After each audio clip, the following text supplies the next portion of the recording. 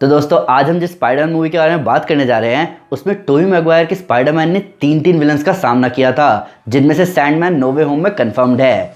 आज हम बात करने जा रहे हैं स्पाइडरमैन की सबसे ज़्यादा मीम वर्दी मूवी के बारे में, जिसमें फेमस मीम्स हैं जैसे this is something else, they love me, you want forgiveness, I am gonna put some dirt into your eyes और फेमस पीटर पार्कर डांस इसी मूवी की देन है। पर क्रिटिक्स ने इस मूवी को 6.2 की रेटिंग देकर अभी तक की लोएस्ट रेटेड स्पाइडरमैन मूवी बना दी, पर मेरे हिसाब से ये मूवी इतनी कम रेटिंग डिजर्व नहीं करती। इस मूवी में वेनम है, सैंडमैन है, ग्रीन गॉब्लिन है, पीटर और एमजे की स्टेबल रिलेशनशिप है और ग्वेन स्टेसी जैसे सॉलिड स्पाइडरमैन कैरेक्टर्स हैं। ये मूवी फैंस को बता रही थी कि एक प्रॉपर स्पाइडरमैन फ्रेंचाइजी कैसी दिखती है, और मूवी के क्रिटिकल रिस्पांस के लिए सोनी जिम्मेदार था, जिसने मूवी के डायरेक्टर सैम रैमी को पुश किया मूवी में वेनम को इंक्लूड करने के लिए।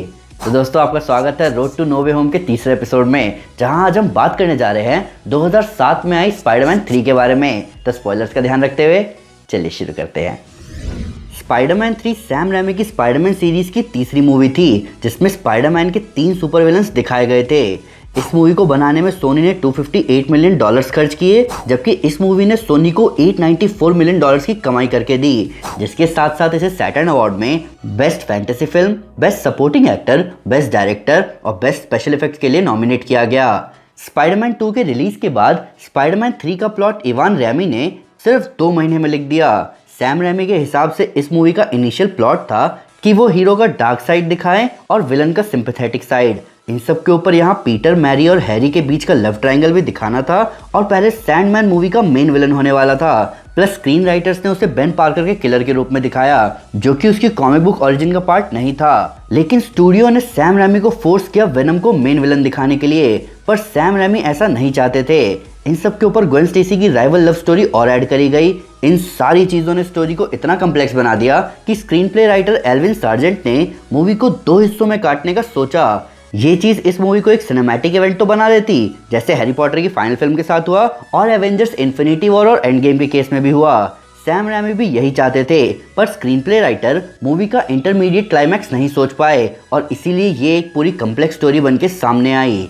मूवी के बहुत सारे हिस्से स्पाइडरमैन द एनिमेटेड सीरीज से इंस्पायर्ड हैं, चाहे हम बात करें पीटर के सिम्बियोट सूट को यूज़ करने की, या हम बात करें एडी ब्रॉक और पीटर के बीच की अनबन की, या हम बात करें वेनम के वेब मैसेज की भी, जो कि लिटरली सेम फॉन्ट था स्पाइडरमैन द एनिमेटेड सीरीज का। मूवी में हमें पीटर का एक डिफरेंट साइड देखने को मिला। ये डिपिक्शन है कि अगर पीटर एडी जैसा होता तो वो कैसे बिहेव करता। इन सब के ऊपर टोबी मैगवायर को पीटर पार्कर का डिफरेंट साइड प्ले करने में बहुत मज़ा आया, और ये मज़ा अपन इस सीन में देख ही सकते हैं। मूवी को प्रमोट करते हुए सैंडमैन का रोल प्ले कर रहे एक्टर थॉमस हेडन चर्च ने एक टॉक शो में बताया कि उन्होंने मूवी के सबवे सीन को शूट करते टाइम अपने 3 नकल तोड़ लिए थे, जब वो स्पाइडरमैन को पंच मारते हुए पंच मिस करते हैं और शूटिंग के दौरान उनका पंच वॉल पर लगता है। ये एक्सीडेंट इसलिए हुआ क्योंकि इफेक्ट्स क्रू सही टाइम पर फोम ब्रिक नहीं लगा पाए, जिसकी वजह से थॉमस ने असली ब्रिक पर जोरदार पंच दे मारा। मूवी से बहुत सारे सीन्स डिलीट कर दिए गए थे, जैसे पीटर पार्कर का ब्लैक सूट में क्रिमिनल्स को बांधने का सीन, कई सारे character building moments, Gwen Stacy के पिता और एडी के बीच की बहस, और पीटर का सपने में वेनम सिम्बियोट को चिल्लाते हुए देखना। ग्वेन स्टेसी का रोल प्ले करने वाली एक्ट्रेस ब्राइस डैलस हावर्ड ने अपने कई स्टंट्स खुद परफॉर्म करे, जबकि उन्हें उस टाइम नहीं पता था पर वो प्रेग्नेंट थी। इन सब के ऊपर उनके बाल असली में रेड कलर के हैं, जबकि वो एक ब्लॉन्ड कैरेक्टर परफॉर्म कर रही थी। दूसरी तरफ एमजे का रोल प्ले कर रही एक्ट्रेस क्रिस्टन डंस्ट असली में ब्लॉन्ड हैं, पर वो एक रेड हेड कैरेक्टर का रोल प्ले कर रही थी। इस मूवी में सैम रैमी और उनके दोनों भाइयों ने काम किया है। सैम रैमी मूवी के डायरेक्टर थे, उनके भाई इवान रैमी मूवी के राइटर्स में से एक थे, और मूवी में डेली ब्यूगल का ad manager Hoffman Sam Raimi के तीसरे भाई टेड रैमी हैं। इस मूवी को बनाने में ऑलमोस्ट 3 साल लगे, और ये टाइम मेनली लिया गया सैंडमैन और उसकी पावर्स दिखाने के लिए। सैंड डायनामिक्स समझने के लिए सैंड पर कई सारे एक्सपेरिमेंट्स किए गए। उस टाइम सैंडमैन को रेंडर करने के लिए कोई प्रोग्राम नहीं था, पर जैसे जैसे प्रोडक्शन चलता रहा इन प्रोग्राम्स को बनाया गया, और इसीलिए मूवी को बनने में इतना टाइम लगा। टॉफर ग्रेस को जब ऑडिशन के लिए बुलाया गया तो उन्हें पता नहीं था कि वो एडी ब्रॉक के रोल के लिए ऑडिशन दे रहे हैं। हालांकि टॉफर ग्रेस बहुत बड़े कॉमिक बुक फैन हैं, जो कि वेनम स्टोरीज बचपन से पढ़ते आए थे, लेकिन उनके लिए वेनम सूट का एक्सपीरियंस बहुत ज़्यादा अच्छा नहीं था। उन्हें कई घंटे लगते थे सूट को पहनने में, जिसके ऊपर कुछ लिक्विड मटेरियल लगाए जाते थे ताकि ऑर्गेनिक फील आए। प्लस उन्हें अपने दांतों में फैंग्स पहनने पड़ते थे जो कि उनके गम्स को अफेक्ट कर रहे थे। वो इस सूट में रहते हुए पानी भी नहीं पीते थे क्योंकि इस सूट में बाथरूम जाना एक अलग ही कहानी हो जाती। पर तब भी उन्होंने इतनी जबरदस्त परफॉर्मेंस दी कि सैम रैमी, जो कि वेनम को मूवी में दिखाने से कतरा रहे थे, वो इस कैरेक्टर को अप्रिशिएट करने लग गए।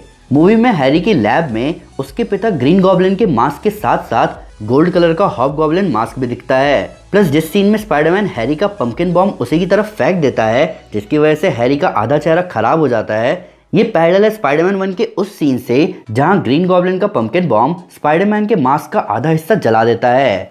इन सब के ऊपर कॉमिक्स में हैरी ऑसबॉर्न मारा जाता है गॉब्लिन फॉर्मूला की अनस्टेबिलिटी की वजह से। हालांकि सैम रैमी ने हैरी की डेथ वैसे ही दिखाई जैसे उसके पिता की डेथ हुई थी, पर तब भी आप नोटिस कर सकते हैं कि हैरी के चेहरे का रंग उड़ रहा था, जो कि शायद गॉब्लिन फॉर्मूला का असर था। इस मूवी के साथ सैम रैमी पहले डायरेक्टर कहलाए जिन्होंने किसी सुपर हीरो फ्रेंचाइजी की 3 मूवीज को डायरेक्ट किया है। इसके बाद क्रिस्टोफर नोलन ने ऐसा किया डार्क नाइट ट्रिलॉजी के साथ, और ब्रायन सिंगर 2014 की X Men days of future past के साथ तीसरे ऐसे डायरेक्टर बने। सैम रैमी की डायरेक्ट करी हुई पिछली 2 स्पाइडरमैन मूवीज के एंड में हमें स्पाइडरमैन न्यूयॉर्क में स्विंग करता हुआ दिखाया जाता था, जबकि ये अकेली मूवी है इस ट्रिलॉजी में जिसके एंड में ऐसा नहीं हुआ। फिल्म की फाइनल सिनेमैटिक फाइट में मैरी जेन की जगह ग्वेन स्टेसी का टैक्सी में पकड़ा जाना था। ये चेंज शूटिंग के बीचों बीच हुआ। ओरिजिनल स्क्रिप्ट में एमजे हैरी को पीटर की हेल्प करने के लिए बोलती है। इन सब के ऊपर इस सीन को इतना लेट चेंज किया गया कि सैम रैमी को एमजे का रोल प्ले कर रही एक्ट्रेस क्रिस्टन डंस्ट से माफी मांगनी पड़ी। मूवी में वेनम को कहीं भी वेनम नहीं कहा गया।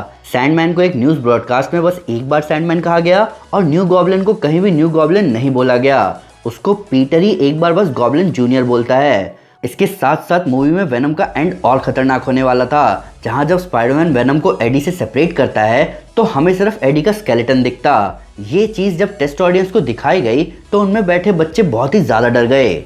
इस स्पाइडरमैन मूवी में से सैंडमैन कंफर्म है स्पाइडरमैन नो वे होम में दिखने के लिए। कुछ फैंस का मानना है कि हमें एडी ब्रॉक का वेनम भी दिख सकता है, क्योंकि मूवी का मेन प्लॉट है उन विलन्स को वापस कैसे भेजे जो कि स्पाइडरमैन से लड़ते हुए मारे गए हैं। तो इस लिस्ट में तो वेनम भी है। इन सब के ऊपर अब जब स्पाइडरमैन नो वे होम की रिलीज डेट इतनी करीब है तो अपने आप को स्पॉयलर से बचा कर रखें।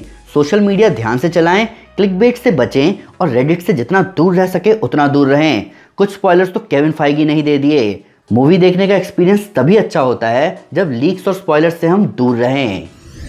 तो दोस्तों ये थी video road to No Way Home के तीसरे एपिसोड की। इसके साथ साथ सैम रैमी की स्पाइडरमैन सीरीज खत्म होती है। अब हम आगे द अमेजिंग स्पाइडरमैन मूवीज की बात करेंगे, पर फिर भी अगर उससे कोई डिटेल मिस हो गई हो या आपके उसके नया फैक्ट है इस वीडियो से रिलेटेड तो प्लीज़ हमें कमेंट में ज़रूर बताएं या हमारे सोशल मीडिया हैंडल पर हमारे साथ शेयर करें। हम हर जगह हैं। तो दोस्तों अगर आप ऐसी सेम लिस्ट एमसीयू मूवीज की देखना चाहते हैं तो मैं आपको हमारी road to Infinity War playlist recommend करूंगा। साथ ही साथ अगर आपको वीडियो पसंद आए तो इस वीडियो को लाइक और शेयर जरूर करें और ऐसे कई सारे सुपर कंटेंट के लिए हमारे चैनल को सब्सक्राइब करना ना भूलें। Thank you guys, this is Aman Sinha and you are super super piece.